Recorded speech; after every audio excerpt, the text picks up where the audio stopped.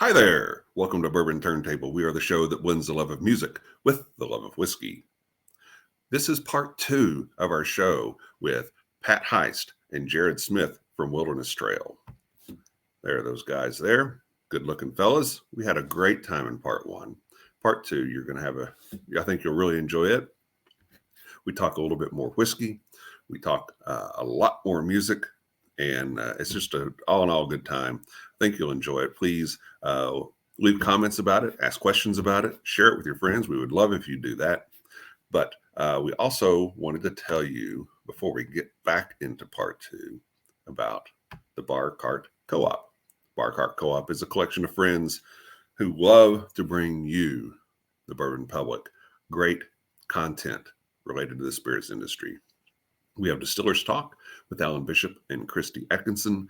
They are talking with the distillers across the country and around the world about all things distillation.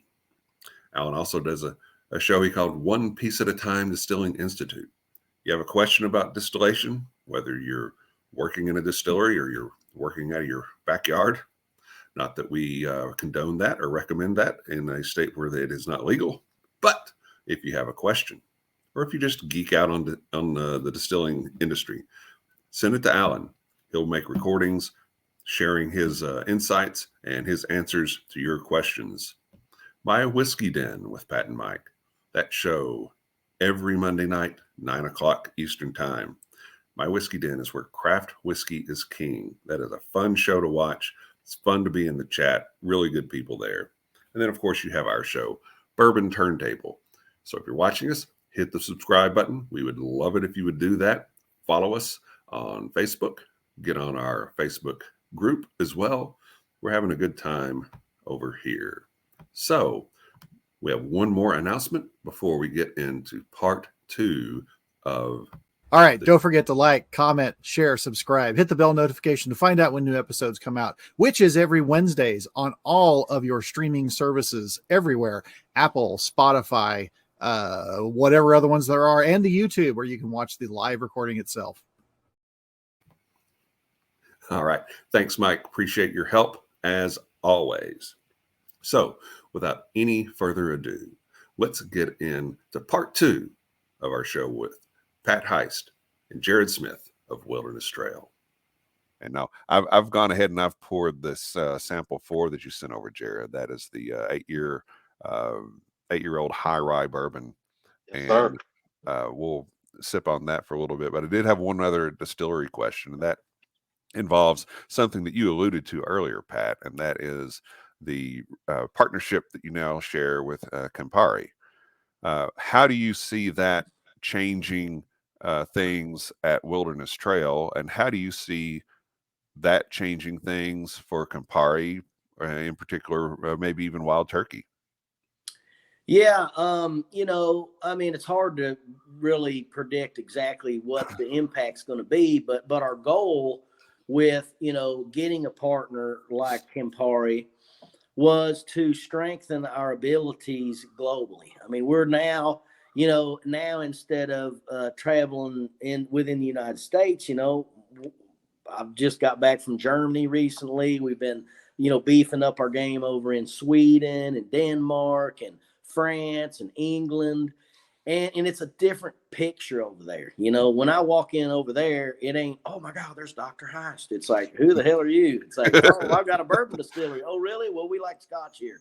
So it's kind of like, okay, this is a little different. So, our goal with that was to, just a true strategic partnership to where, we've got somebody who is a global player on distribution, and they have their own global distribution, and they've got good presence here in the United States as well. They are more focused and got great capabilities on-premise facilities. Campari is well known for creating some of the most iconic cocktails in the world. And so tapping into that expertise where we're more of barrel picks and off-premise type of domination. So I think in that way, the different strategies of on-premise versus off-premise, they've got global distribution. We're more, local here. I think there's a lot of ways that we're going to be able to benefit. Now, as far as, Wild Turkey and them benefiting, I think just being a bourbon lover, I love Wild Turkey. I love a lot of the other distilleries here in the state. But Wild Turkey, and again, this is just me talking as a bourbon lover, Wild Turkey is kind of one of a little bit of a lone ranger in the business, because that's the only bourbon distillery that Campari has, and so it's always just like Four Roses. In some ways, you're like, golly, is that distillery ever going to get bought by one of the other big conglomerates? And now to me, as a bourbon fan, it really solidifies the seriousness of Campari in this industry and in this space. And I hope that, we can help to legitimize, what they're setting out to do to, promote a premium brand, with their, with Russell's Reserve, some of their other offerings now that they're doing. I mean, they're really getting more in the premium space, some of the barrel picks that they have done, are some of the most sought after ones that have been, so it's really cool. I mean, we've been good friends with the people over at Wild Turkey for a long time now, and we're really looking forward to it. We see only good things coming out of it. I think it's kind of cool coming full circle with that too, that where some of those most legendary picks on Turkey coming out of is Camp Nelson, right? The Camp Nelson warehouse. Right. So that's those are warehouses that Shane's family put barrels in for many years, and so now to kind of be under that umbrella, it's just kind of cool, come full circle for Baker on that. So it's pretty neat.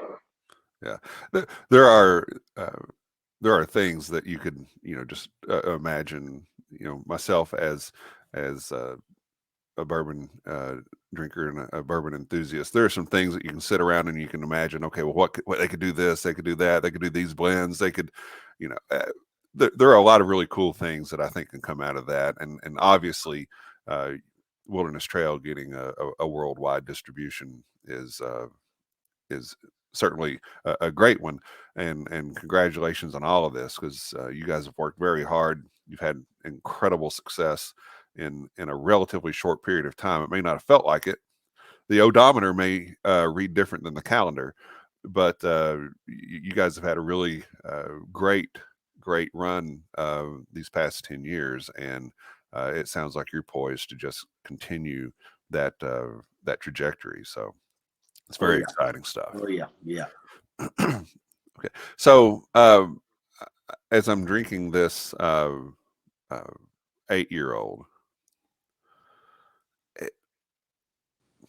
it's like almost like a dessert in a glass. I'm a big fan. Yeah. I'm gonna have to grab my bottle back here. On the nose, it's almost like a cherry turnover, even with a little bit. I get a little bit of a frosting note on it. That's what's so great about this. This is my job. I do it. But then you hear someone mention something, you're like, oh, I picked that up now. You know what I mean? It's you said frosting, and then you kind of start smelling frosting. Yeah. And when you taste it, there is a creaminess to it.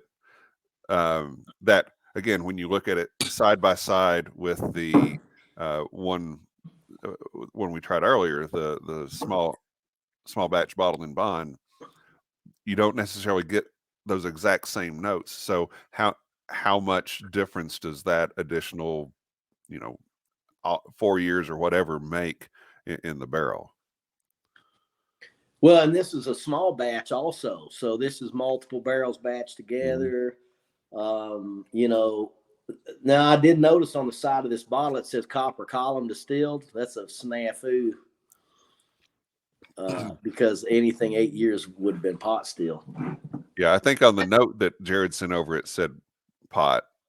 Yeah, it is. Yeah. But the bottle says column. Oh, wow. On the side of it. So collector's item. So I just want to point out that the two people at the distillery that would have caught that would have been me and Pat. Pat, number one, is the most grammatically correct person I've ever met in my life. He won't embarrass you in public, but he'll embarrass you privately. But you better not have any kind of grammatical errors around Dr. Heist. You will. I'm an editor, so. now I'm going through my head. How many grammatical errors have I spoken this evening? So 14. 14. Dang, that's terrible. That's terrible. That's terrible. But this is fantastic. Mm-hmm. But yeah, I get a lot of that beautiful, deep cherry note. Not a medicinal cherry note. That I don't care. I get a lot of that cherry too, and that's something that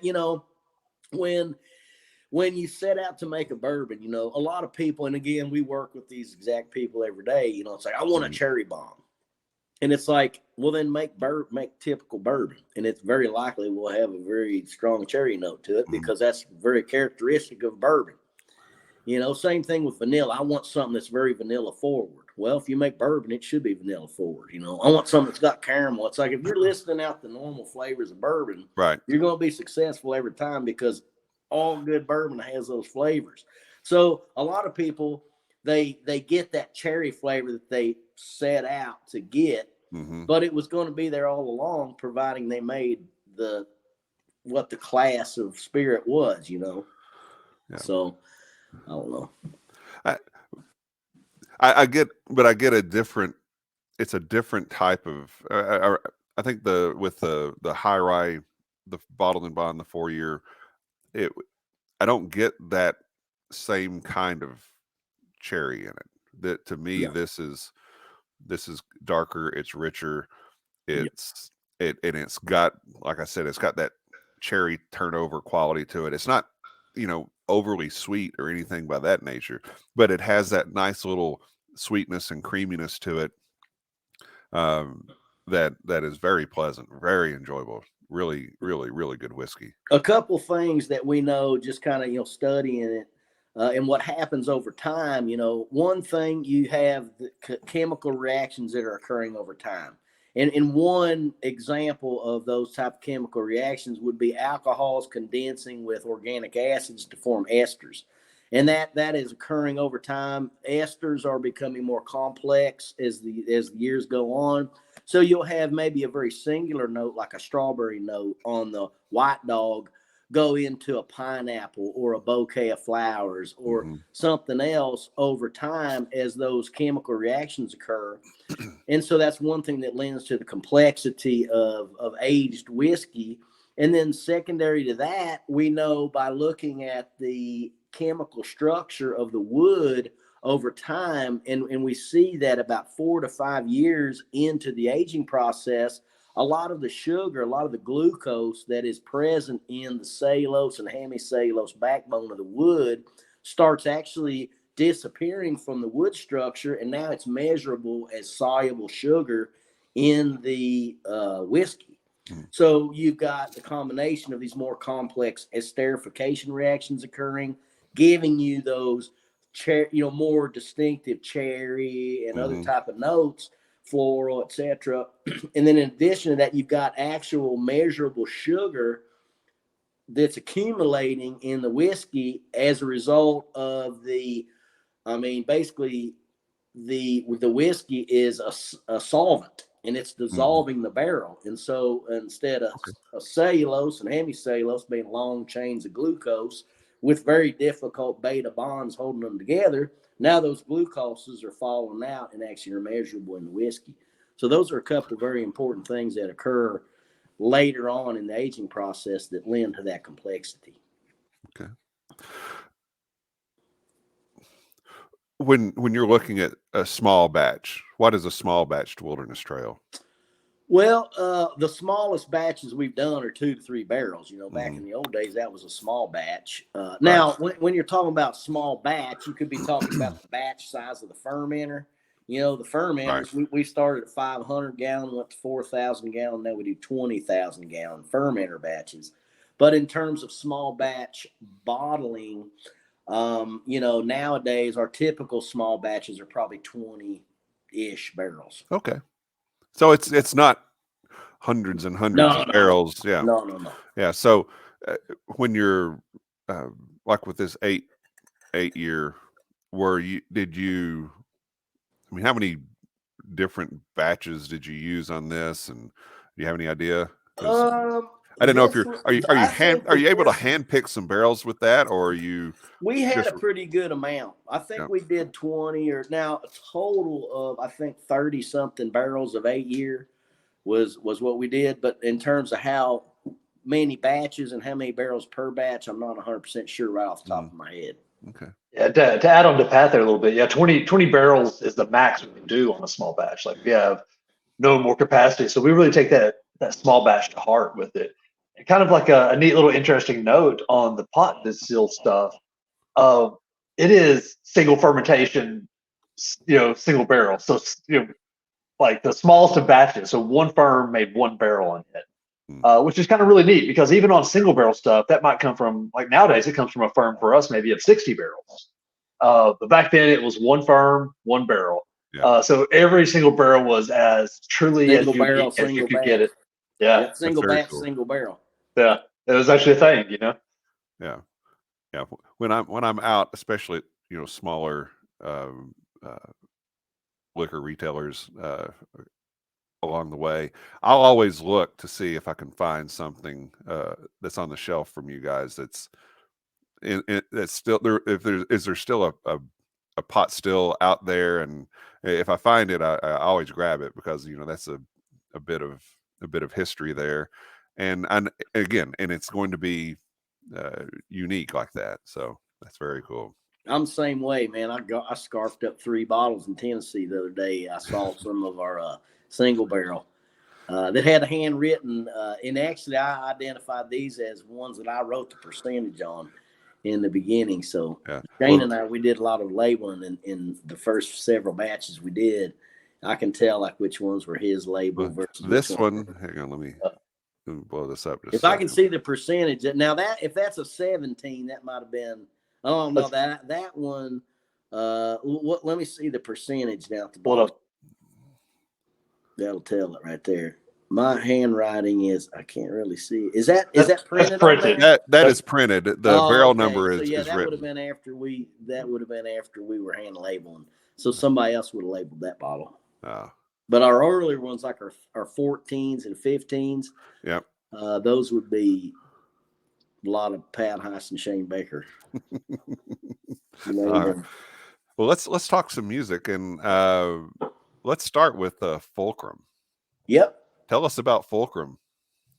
So Fulcrum was the band that Shane and I started with a couple friends of ours. We actually had a mutual friend who played drums, who I'd known forever, and he worked for Shane. And he kept telling me about Shane, hey, this guy that I work for, he plays guitar, and we'll jam out at his house and stuff. And so I went over there and met Shane, and we started Fulcrum. And Fulcrum, is kind of the pivotal point of, the engineers definitely won out on the band name on that iteration. I was wanting to do like some kind of something with fire and skulls and, maybe, I don't know, who knows. But they wanted to call it Fulcrum. So we started that band, and we had good fun. We played for 2 or 3 years. We have a CD that's got like 3 or 4 original songs. And actually we play a lot of I play in a band now called Zella May that we play all of our old Fulcrum songs and stuff. Yeah. But we played, mainly, I don't think we ever made a dime off of any shows, but we usually get free beer or, we're just kind of, the goal was really just to get on stage every now and then. We weren't the typical band, we really didn't need the money off of it. Shane, he was in venture capital. I was a professor at medical school. The other guys were engineers, and it just, wasn't typical band. We're just simply trying to get on stage. And nowadays, the band that I'm in now, that's kind of our goal, is just get in a good opportunity every now and then to play a cool show. Yeah. And if we can promote some whiskey sales in the process, then it doesn't hurt anything either.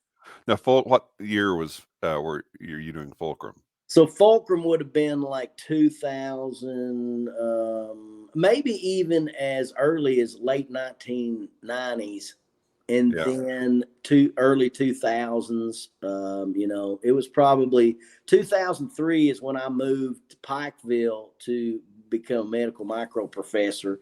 Mm-hmm. So it was somewhere around then where we kind of ceased activities with Fulcrum.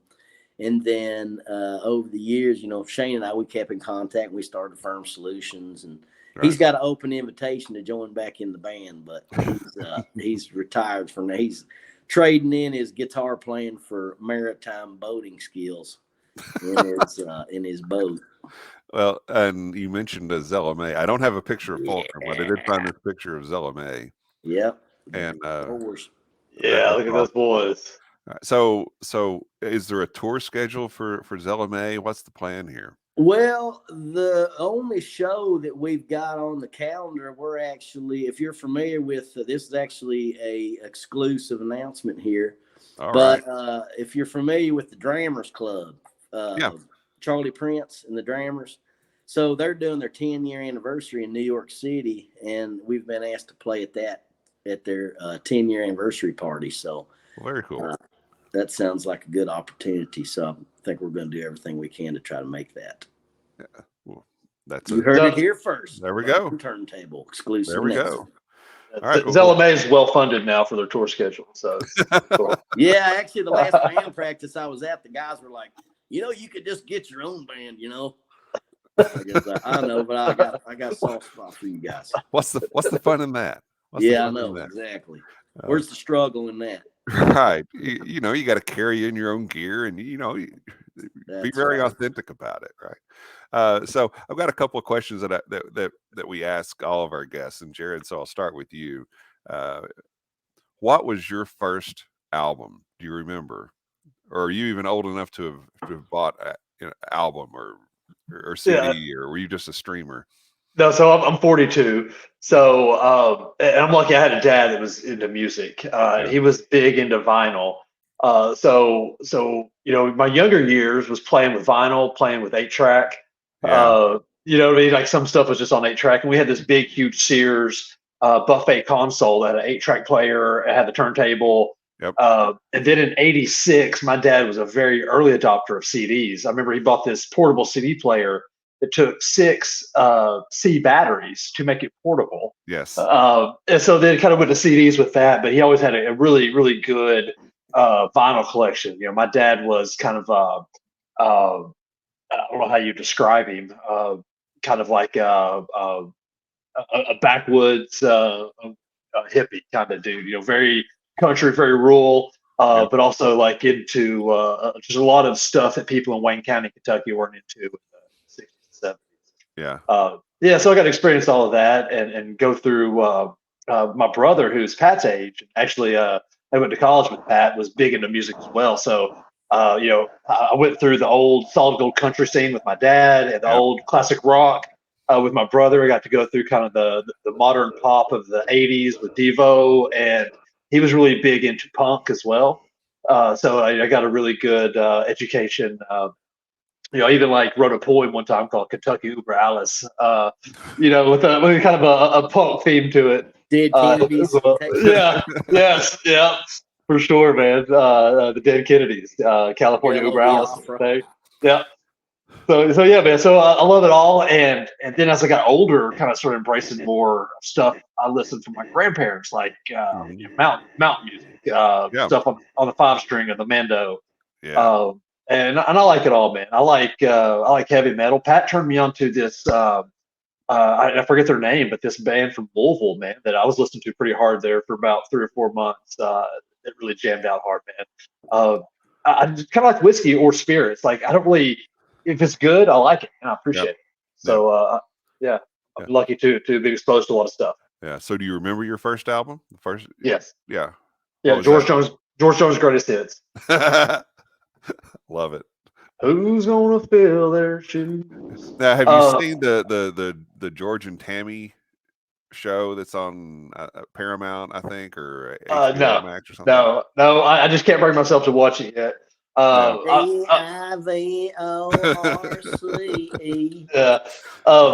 Down where I'm from, and down Pat's way too. There used to be a place called Tombstone Junction down by Cumberland Falls, Kentucky.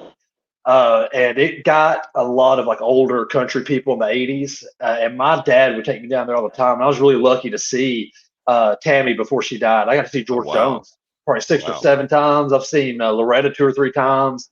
I got to see Hell, I got to see Chris Christopherson play one time. Wow. So a lot of cool stuff from that era. Yeah. That's very cool. I still think Loretta Lynn invented gangster rap too, man. That song "Fist City" is the most hardcore song you'll get to, man. So yeah. That's great. Dr.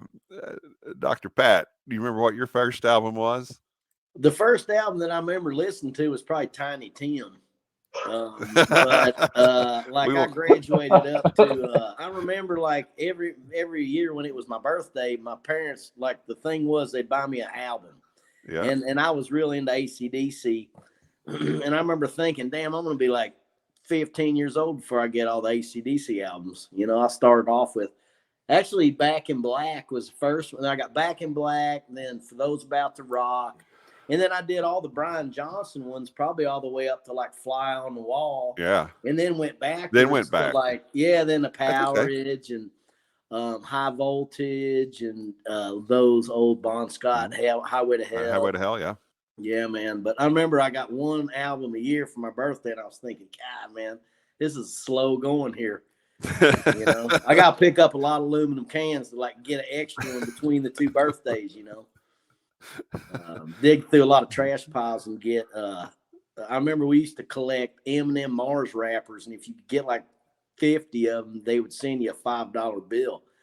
And so we would dig through garbage piles and try to find M&M wrappers, Mars candy wrappers. And we also, while we were doing that, you remember back in the old days, you'd have the Coke bottle caps. You peel the inside. Remember Coke? It said Coke, the real thing. If you could collect all the words, and real was the one. I had plenty of Coke, the thing, about 1 million of them. But if you got real, that's the $1 million piece right there, But we'd find the 20 cents, 10 cents, 25 cents, 50 cents. It had like that little green film that you had to pull off. Yeah, God knows what we're drinking. Yeah. And, how many people ended up with a little shutter valve in their throat? Jerod, do you remember your first concert? Yeah, actually, my first real concert. I was with Pat. Oh wow.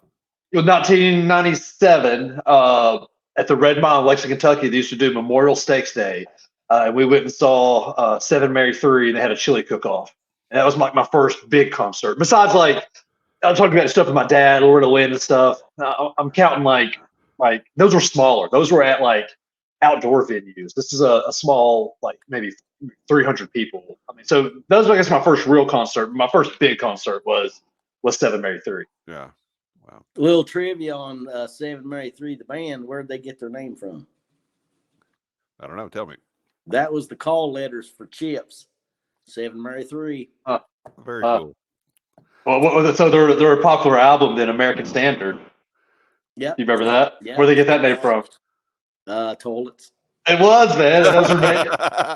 Those were made at in Somerset, Kentucky. There at what was that plant? The American Standard plant. Made toilets right next to Tecumseh. Yeah. Hilarious. Oh wow. Yeah, like one in our hometowns where they were made. Yeah. Yeah.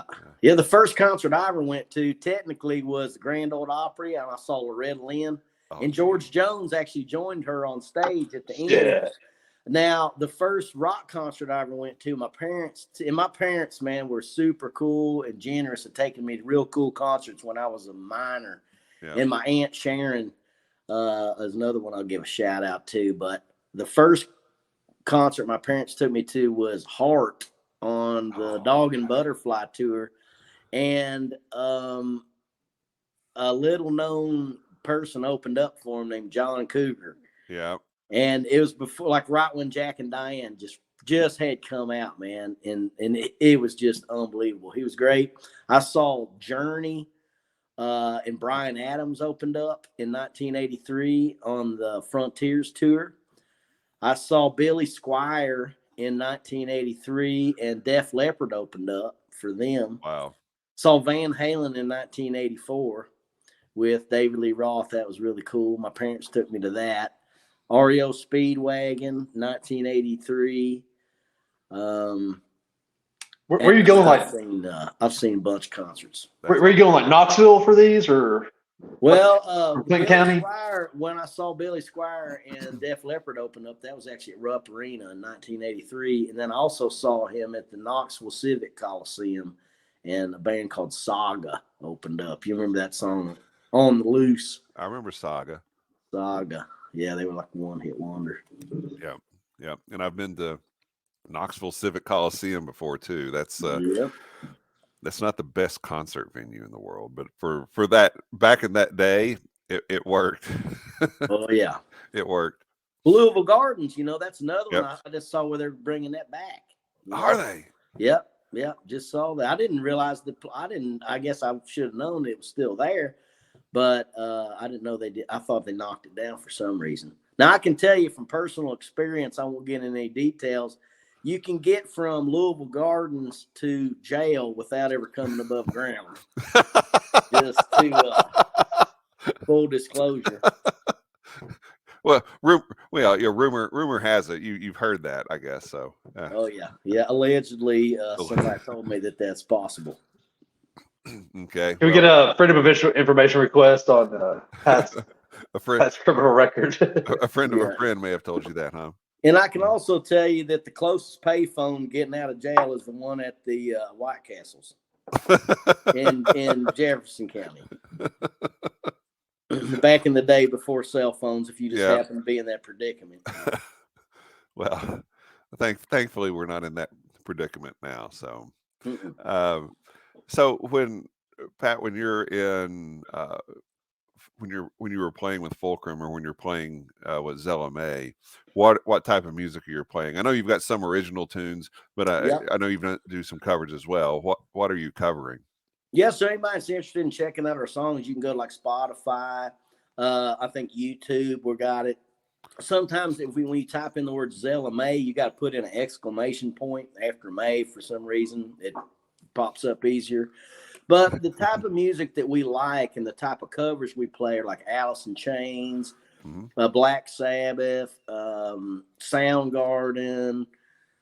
We do a pretty good bit of Ozzy Osbourne and Stone Temple Pilots, kind of like grunge stuff from the 90s, Grunge and early metal. Yeah, Creed and those kind of things. We do okay. Stuff, So what's your favorite? You're the lead singer.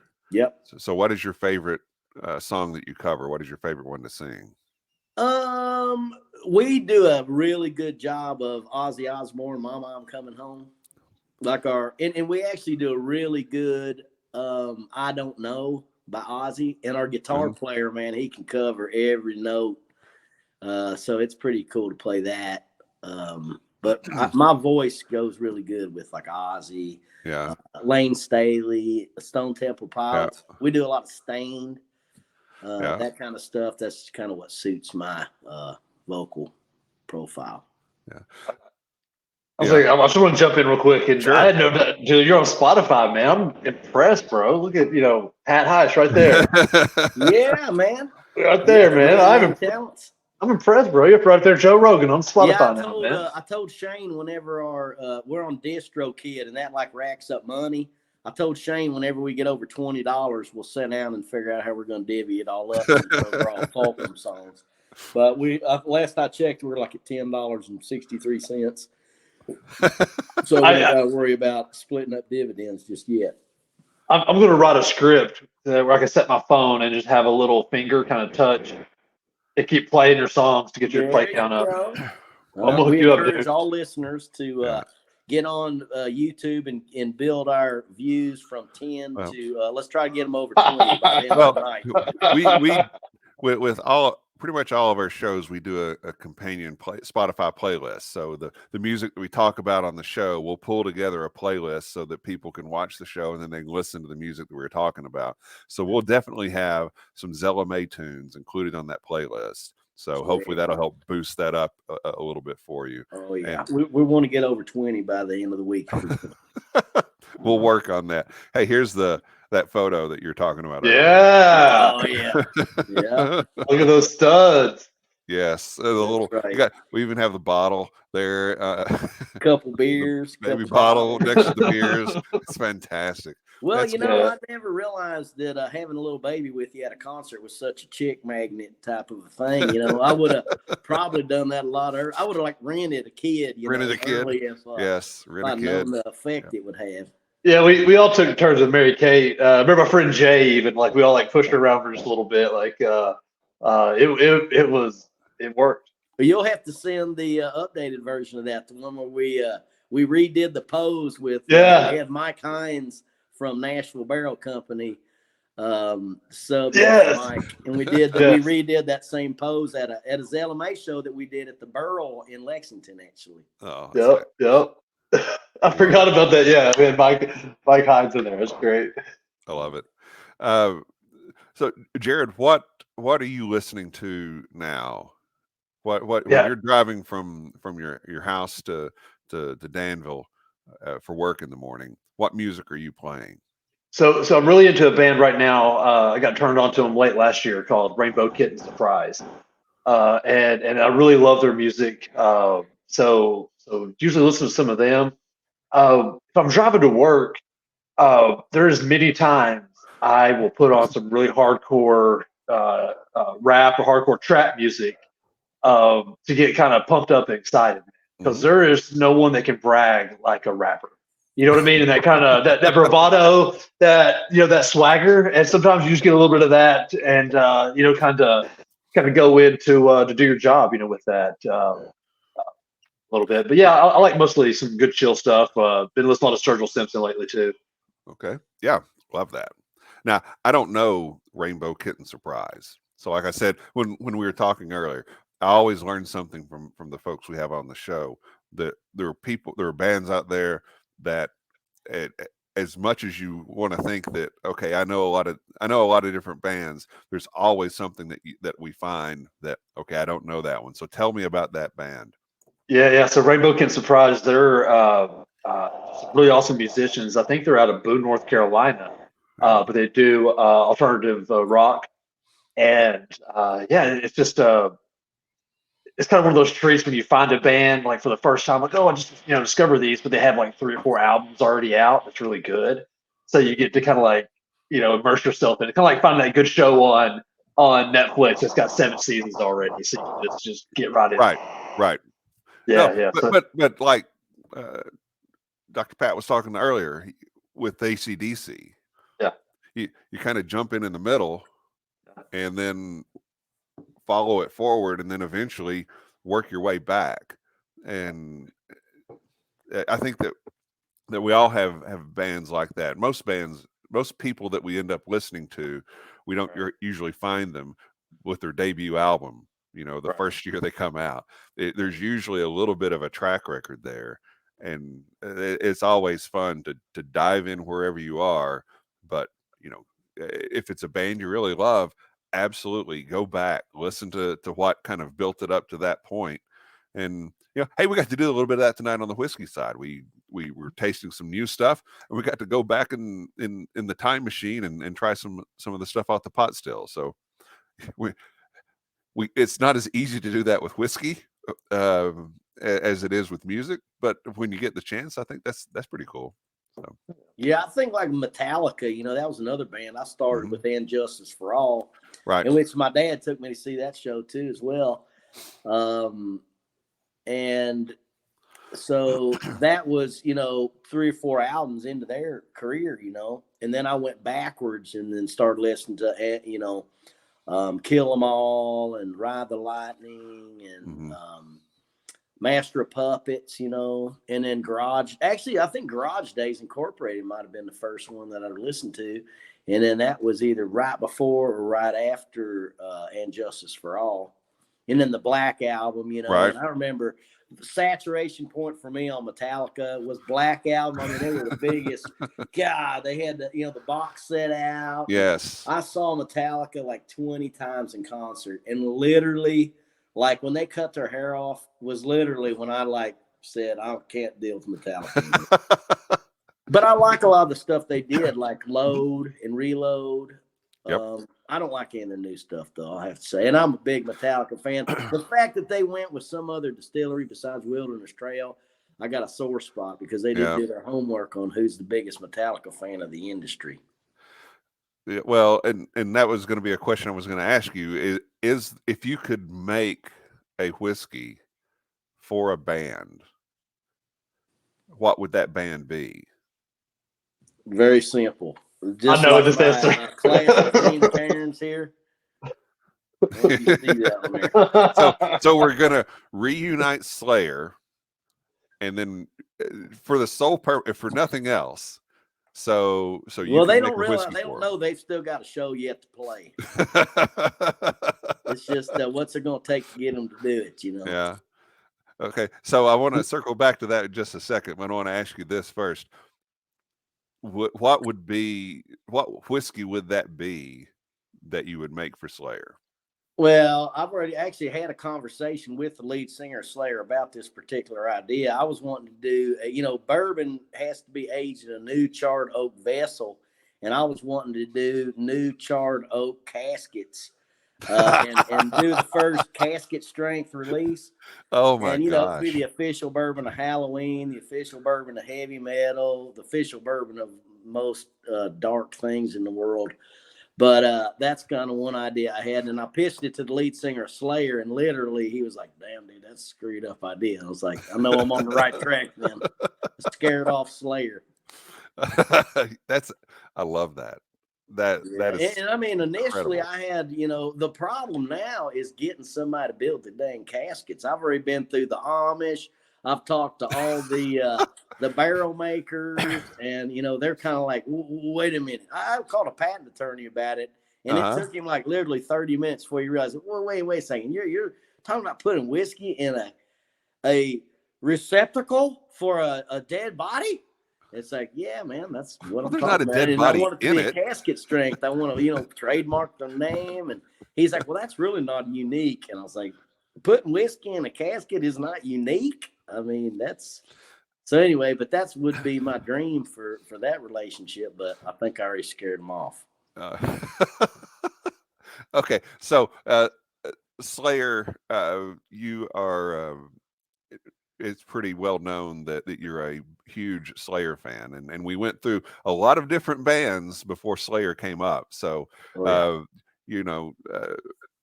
Dr. Pat Heist is not a one-trick pony when it comes to music. I think a lot of people try to say he's all about Slayer, but there's a whole lot there. So, but tell me about your love for Slayer and how that started. Yeah, I mean, I'm kind of one of these guys that, I'm like the heavy metal kid at school, If you watch like Clerks or them shows, I was kind of like them guys, Me and my I say business partner, but he was my business partner back in high school, a guy named Brian Brown. Me and him literally were like Beavis and Butthead before they were ever even conceptualized. Like, I had a Metallica shirt on, he had AC/DC shirt. And we're laughing in class. Teachers couldn't get us to stop. And it's just like typical, just camaraderie of people having a good time at that age and stuff. And we were the heavy metal kids of the school, And back when the PMRC and, the labels, the parental advisory labels. I mean, you didn't buy a CD that didn't have a print. I mean, that's how you knew which ones to get, If it had a parental sticker on it, and then we would gauge them by, how evil the cover was, if it had, pentagram on it or whatever, oh, well, that's a stamp of quality, it somehow garnered the attention of Tipper Gore, then you knew it was the right choice. But I don't know, man. I really like the aggression of thrash, and I like it's kind of one of those things to where I've watched a lot of documentaries and I've always been a studier of heavy metal and hard rock. And there is something to be said for the the aggression of it. You're kind of like living this mean, you got a badass shirt on, you're fun, you're walking around, like, I don't know how to explain it, but there's a benefit that you get from that aggression that just, and if you meet, like you want to meet the nicest people in the world, go to a Slayer concert. Like, they're all studded out, boots and all this stuff. But probably some of the most well-balanced, kind people you'll ever meet. And I think just having that kind of aggressive, listening to that heavy metal, it just sort of allows you to expend any aggression that you would ever have by listening to the music. And then you're just otherwise a very nice, well-balanced person. So you get that you get to release all that aggression that way. So Yeah. you're not taking it out on strangers at the grocery store. Yeah, exactly. Yeah. And well, especially when you don't have the ability to do that anyway. If you kind of live this persona of, oh yeah, I'm aggressive, but you're really not, then it's kind of the most safest kind of a sheepish environment to be in. Yeah. But basically what Pat's saying is he's antisocial like that until he gets around people that are like-minded, and it's super social. That's right. Yeah. It's like you put people off with the exterior, then you find other people that kind of share the same kind of nard that you like. And, So you've met Tom Araya and you've had conversations with him about whiskey and stuff. And well, a conversation. I took my youngest daughter. She actually went and saw Slayer with me 4 times on the farewell tour. Right before COVID. They called it just right. And the last time we saw him, which was in Louisville, we were staying at the 21C Hotel.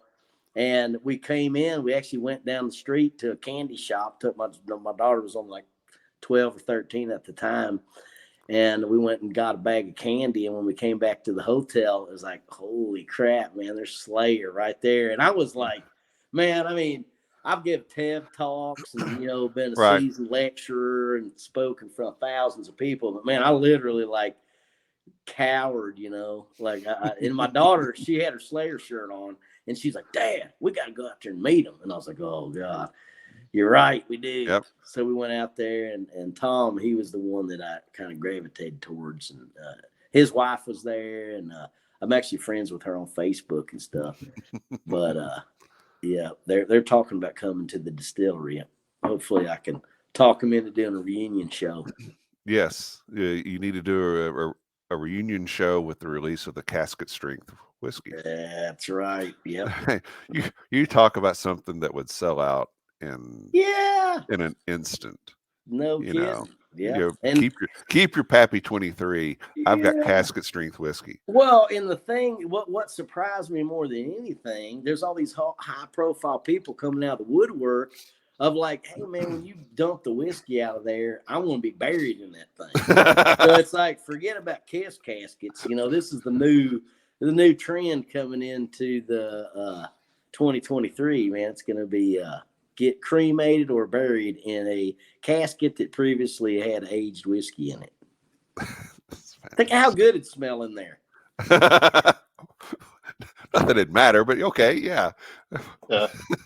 That's so cool. Like, Pat, do you know the story of like Admiral Nelson for the British Navy? So basically, this guy's Admiral Horatio Nelson, super famous guy, beat the French at the Battle of Trafalgar, beat Napoleon. Killed in the battle, so his men stuck him in a barrel of rum so that he could take his body back to London for proper burial and that kind of thing. And then, of course, after they drop him off, all of his men drink the rum that he was in.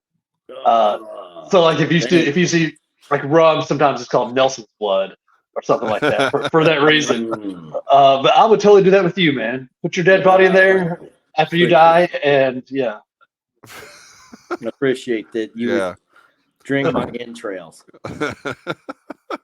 my pickled entrails. I drink out of your skull, try to get some of that knowledge, absorb some of it. Yeah. I'm not to change the subject, but I'll change the subject. I've poured a little bit of this new make, and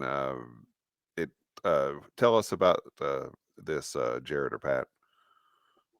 Jarrett seen it. It's probably more appropriate. So what is that, Jarrett? It's a BR21 right here. Oh, okay. So straight off the steel. A BR21 is not a recipe that is a Wilderness Trail recipe. It's kind of a ready-to-make recipe that we offer for our contract customers. We've been making it for a while. They're able to taste this recipe now at a mature level and see what it will taste like down the road, that kind of thing. So this is 75% corn. 21% rye, 4% malted barley. Wow. So a lot more corn than you would have in our recipe. I would love to send you our wheated new make off the steel. I think it is the best white whiskey ever made, ever. It is so damn good. But the day that I got this is what we was running. So, but this is straight off the steel, no dilution, 137 proof. Yep. And this is sweet mash. So we talked about sweet mash earlier. Just for your viewers that don't know, this is started from scratch, no sour mash, fresh water, fresh grains, fresh yeast every time you start with that. So it's a lot more flavorful, but also a lot more neutral on that pH scale.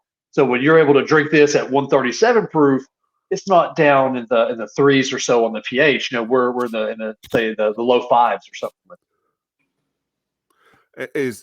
And I know you've been sweet mash since you started, correct? And Yep. Is that something that you're committed to continuing on with? Yeah, for sure. I mean, it's just a differentiator that we've grown comfortable with. And really, it all gets back to consistency. You know what Jerod mentioned earlier. Consistency is the mark of a pro. I think which is a Parker Beam quote. If your goal is to be consistent, then you want your ingredients to be consistent. So if you're incorporating leftovers from a previous distillation as part of your ingredients, that's just inherently not consistent. Water is way more consistent than backset. So if we can successfully make a mash with fresh water rather than recycle, then we want to do that because it's just going to be more consistent. Water is more consistent than backset. It's just a fact. So, it brings you kind of to the point of, well, why in the heck does everybody do a sour mash? And when you look at older facilities, you acidify and it reduces the potential for microbial contamination. So it does make a lot of sense for those older factories to use a sour mash process to help mitigate bacterial contamination. It's just when we set out to build our distillery, we used all of our know-how to construct a factory that you can easily clean and you don't have to worry about these things. You don't have to use backset to mitigate contamination. We just keep a clean facility. And most people that come to our place, they comment on, oh my God, it just smells so good here. Right. And it's so clean. And it's like, no shit, we're making a food grade product. You know? You should be very clean. And just like walking into a restaurant where the carpets stink, it's just like, we're making food here, folks. Yeah. This is, first of all, it does not give you a hit of the alcohol, despite being 137 proof. You expect something that's okay. You make straight out the still, you're going to kind of get that a bit of a punch in the face, and that is not there at all. Or maybe I've just had enough whiskey tonight that it doesn't really matter. But no, I think I'm right on that. Jerod, would you agree? You're drinking this right now, right? I would totally agree. You definitely, on the nose for me, it smells like white icing, like on the wedding cake. This is so sweet and sugary, creamy on the nose. Yeah. And then now, since we are doing a music show here, can you guys, either one of you, do the Gene Simmons flame blast out? You got a lighter there. You can do the fire breathing there from the 138 proof. Kevin, I'm gonna leave it up to you. I live in a rental, man, so I hope you got good fire. You got home insurance at your house, so I'll let you do it. You got a lighter close to you. I'll practice a little bit, and then we'll try that next time we have you on. How about that? You send a video separately, like work on it a couple times, make sure we don't have any liability issues. Yeah. So I'm at where was I at? I was at Brick Oven Pizza off Harrisburg Road on Friday night. Bar's closed, so I'm just hanging out with the GM and the bartender, right? So we're talking whiskey, that kind of stuff, and doing my job. So I let him try some new make, and of course we've been hanging out for a while, and totally everybody put it on their hands, lit it, like look at me, just crazy stuff, man. It's fun to play with. Yeah. But even on the palate, when you taste it does not drink 137 proof at all. So yes, try some Bacardi 151 to validate that hot pot. But incredibly clean. Yeah, something. Just want to comment while you're finishing that there. Pat was talking about the sweet mash. So one thing with sweet mash, it is much more. The fermentation is a much more neutral pH, so it's a lot more hospitable to bacteria, right? So So Dr. Heist and the team there have to pay a lot more attention to that fermentation, right? So it has eyes on it. It's getting tested in ways that other distilleries can't because we have close access to the laboratory. Right. So we're not getting a lot of the other the other fusel oils that the yeast will make that have a very similar boiling point to the ethyl alcohol, right? That you can't really distill out on the column still, right? That's going to need time and years in that barrel for remediation to get rid of. Mm-hmm. But Dr. Heist is running these super clean firms, so you don't have a lot of those bad flavors at all to start with. Right. So it's not a harsh burn. You get that Kentucky hug in your chest where the alcohol is eating away at your I forget the name of it. Your cells down there in your throat, right? That's ethyl alcohol. You can't help that. Oh, yeah. But that burn in your mouth though usually comes from a lot of those other fusels and those other. And we're not impervious to anything negative happening. It's just whenever something negative does happen, we want to be able to capture that moment, collect the appropriate data so that we can understand it more appropriately, and then actually use that in our favor going forward. If this bacteria makes a particular flavor note, we might want to incorporate that bacteria. And we sell bacteria to distilleries. Some distilleries incorporate bacteria into their fermentations to try to achieve certain esters and certain flavor profiles. So it's just a matter of understanding it, and then that'd just be another weapon in our arsenal. Yeah. And to that effect, sorry, Kevin, I didn't mean to interrupt you. I was going to say, something I think is just super interesting. I'm really proud that we did, because I don't know another distillery that has done it this way. Is that we've done a batch of sour mash at Wilderness Trail, but not by adding backset, by Pat having the perfect amount of bacteria there to give us enough of these acids to get it where it would be a sour mash through that way, which is just really neat, man. To be able to kind of push those boundaries and try things like that. Yeah, it's cool. Yeah. So this is not a mash bill that you use for Wilderness Trail then, or is it something that you're looking to use in the future, or is this something that's just kind of a one-off? No, this is all for contract customers. It's something they can pick. It's probably what we were just happening to be running the day to collect the sample for you. Yeah. And we just happen to be running, but it's a very well-known mash recipe, and it's not too far off from our high rye bourbon, but it is a little bit different. Right. Yeah, we only make the 64% corn, 24 wheat, 24 rye. The Wilderness Trail recipes are only for the Wilderness Trail brand. Okay. No other customer gets that, no matter how bad they beg for it. Yeah. So we're going to start wrapping things up here. You guys have been very generous with your time, and I've really enjoyed talking with you both about whiskey and about music. But Pat, I also wanted to ask you, what are you listening to now? If it's not Slayer that you're playing, Yep. What are you listening to now? Today in my car, I've listened to a little bit of Kanye West. I listened to the Beatles. Specifically, I was listening to the White Album. I was listening to Mother Nature's Son. Yep. I just watched a movie on the Beatles in India. I don't know if you've seen that one. It's a really excellent documentary about their, whenever they're with the Maharishi Mahesh Yogi, and a lot of it, a lot of the music that got written for the White Album was based on their trips. Bungalow Bill, right, and Sexy Sadie, which was originally supposed to be Maharishi instead of Sexy Sadie. George Harrison talked John Lennon into changing the name from Maharishi to Sexy Sadie. Right. If you're aware of that. But I was listening to that. There's a band that Jerod mentioned earlier out of Oldham County. This is called Knocked Loose. They're heavy as heck, man. And I love them. I've seen them a couple times live, and the live performance was, anytime you get in that screamo stuff, it's a little harder to perform it live, but I really like their CDs. And then also I've been listening to good bit of Kendrick Lamar. Wow. Man, dude's great, prolific. So you kind of, again, there's a wide spectrum there. We were talking about Loretta Lynn, Yeah, I love all kinds of music. We talked about Slayer. We talked about Beatles. Talked about Kanye. All kinds of stuff in between. Willie Nelson. We talked. Yes, Willie Nelson. Yes. To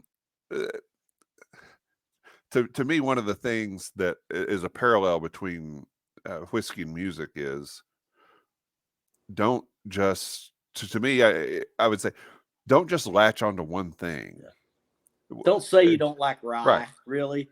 Right. Exactly. And don't say I just drink Weller's Reserve. That's what I want. Okay. There's too much out there. Yeah. There's too much out there from a music standpoint, from whiskey standpoint. Obviously, include things that you love, Wilderness Trail or Slayer, but don't pigeonhole yourself, because you're missing out. And you guys have talked about other whiskeys that you enjoy and things that you love to drink, and things that you love to drink even before Wilderness Trail was even a dream.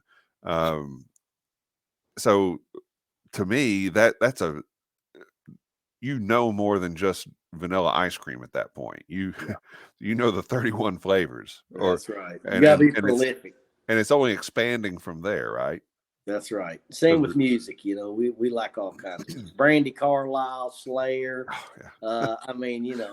Goes on. And That'd be a good show. Country music. If I go to I went to karaoke the other night and I sang The Cure. I sang David Allan Coe. I sang the Beatles. I sang Norman Greenbaum, Spirit in the Sky. There you go. There's you gotta keep your horizons broad. Yeah. Now, do you when you're consuming music, obviously Spotify is the most convenient thing, or something like that, Apple Music, whatever it may be. Apple. Do you is that pretty much how you listen to music now, or do you still have CDs, or you have vinyl at the house, or how do you do that? I've got vinyl. I've got CDs. I'm one of the last people that I still order CDs off of eBay, believe it or not. Yeah. And occasionally I'll print off MapQuest directions, believe it or not. But I'm just one of those kind of people, Yep. Can't let go. Yeah. Again, Spotify is and Apple Music are great because it does allow you access to most everything. Yep. But there's something nice about putting that album on the turntable, and hearing that little crackling bacon sound, and then the music. Yeah, I actually today on the way home from coming back from the cabin, listened to the Toadies Rubberneck in its entirety. Yes, it's like Possum Kingdom and Tyler, all those songs. And actually that might have been one of the bands that was playing at the music festival that we went to, Jerod. Okay. Yeah. It was one of those years. Yeah. No. The Toadies. Yep. Saw them. I was just gonna say, man, I'd recently Thursday got it in the mail. My first CD I'd bought in 20 years. For this one song on here, Pat will know it. It's the Hackensaw Boys, and it's got the live version of this one song called Cumberland Gap. And I could not find it anywhere on the internet. I lost it. I lost it on my iPad or my iPod 10 years ago, and I found this on eBay. So I had to buy a copy. And dude, Kevin, it was so great. Open it up, man. Liner notes. I love it. God, it's like, man, go back in time. I was just reading this, and it was so cool, man. Well, back in the day, I remember, back whenever iPods first came out, if I met somebody who had a prolific iPod collection, I would buy a whole new iPod and I would just have them put all their songs on it. So I had 3 different iPods. One of them was Jared's. One of them was my brother Mike's. And then the other one was like mine, because if you changed anything, it would update it to, that way it prevented pirating. Right. So I just bought a new iPod every time I met somebody who had a prolific collection. I would just make that my playlist. Yep. And Jared's, I remember the Hobart Smith. Yeah, yep. Hobart Smith got some prolific recordings. That's like old school bluegrass. Yeah. Talking about like listening to a song and then all the way home humming it so he wouldn't forget it. And then whenever he came into the cabin, he would sing it and he'd hear it resonating off his banjo, and then he'd put it down off the wall. And I mean, man, that's powerful stuff. That is awesome. Well, and that's that guy. That CD was some dude in the 1966, I think, caught this guy when he was 86 years old in an apartment in Chicago, and this guy was born in backwoods North Carolina, and just caught this one day record of just a masterclass of Americana music, and yeah, man, and me and Pat, and I'm sure there's others out there just listen to it, but. It's a really rare gem, man. Like Orange Blossom Special, Cumberland Gap, a lot of those classic bluegrass songs performed by this guy, just picking them on. I mean, dude had his own tuning, probably even. I mean, it's just prolific, really, really interesting. We're huge music fans, as you can tell. Do you do any music at the distillery? I mean, do you? How does music enter into the process there? Is that provide inspiration for ideas there, or is it just how does music factor into what you're doing? Because you're too much of a lover of music. It's kind of a soul thing. I don't see how you can separate that from what other things that you do, right? I mean, it provides kind of like calming and kind of, I guess, I mean, we listen to music on the way to work. We listen to music at work. We listen to music on the way back home. Shane and I, we met in a band. Yep. But there's definitely a lot of, I think, inspiration that comes from the music that we listen to. I don't know if it's really directly translatable to what we do, but, the enjoyment that we get from music, the balance that it brings to our lives, the entertainment that we get from it, brings happiness. And so it definitely plays a role for sure, Yeah. Very good.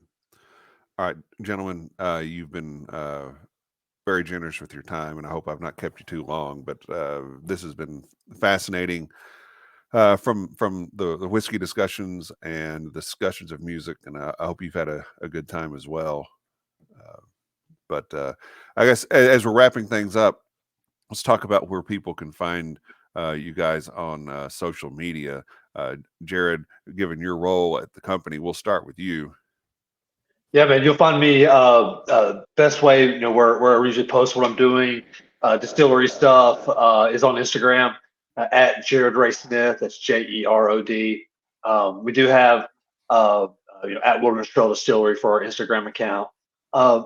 It's cool to follow the company account, but it's also cool to follow the employees account. You kind of get to see a lot more of the background stuff. I love that with the bourbon industry. I'm seeing the third shift distiller at Jim Beam. You know what I mean? Like doing stuff on Instagram. It's just cool like that, man, to get that kind of good look into things. Yeah. How about you, Dr. Heist? Man, I'm bad at this. If you look up Dr. Pat Heist on Instagram, Facebook, Twitter, you'll find me. Mm-hmm. If you put in Pat Heist's cell phone number, it'd probably pop right up on a Google search. But we do a lot of podcasts and TED Talks and different things. So anybody that's interested in learning more about us, if you do a Pat Heist Wilderness Trail bourbon search, you'll find 15, 20 different things. Hey Pat, what's your OnlyFans account? You want to share that? Yeah, I'm not that. Actually, the only Instagram posts that I've ever made or have been with the assistance of my youngest daughter, who's 14. Like, she literally I'm confused about Twitter and Instagram. Like, I'm just got a roadblock against doing anything on there. I'm too old. Classic boomer right there, Pat Heist. Facebook, man, I'm great at that. Just like every other old person. Yes. Yeah. Well, Drew couldn't be with us tonight because he is not well, but I did want to mention he's got a little performance schedule coming up here over the next couple of months. He'll be at Watch Hill Proper in a week and a half. He'll be at O'Shea's 2 nights at O'Shea's, the 20th, 21st. He's got a couple events at Golden Nugget. then working O'Shea's on St. Patrick's Day. So some of that is with the band, some of that is solo. So be sure to get out there and watch Drew. As for the show, you can follow us on YouTube if you want to watch the show. If you just want to listen, you can tune into Apple Podcasts, Spotify, Google, any of your favorite podcast platforms. We have a Facebook page where we post all of our shows. We have a Facebook group where we encourage people to come in, tell us what you're drinking, what you're listening to that night. Just like tonight, you're going to find some things that we may find some things that you're drinking that we don't know about, or some things you're listening to that we've not heard of, and we're always looking to try and find new things. So with all that being said, we want to thank everybody for tuning in. I want to thank Dr. Pat and Jerod. You guys have been wonderful. Congratulations upon all your success, and hope we can get together and do this again sometime in the not too distant future. But on behalf of Dr. Pat and Jerod, thank you for tuning in.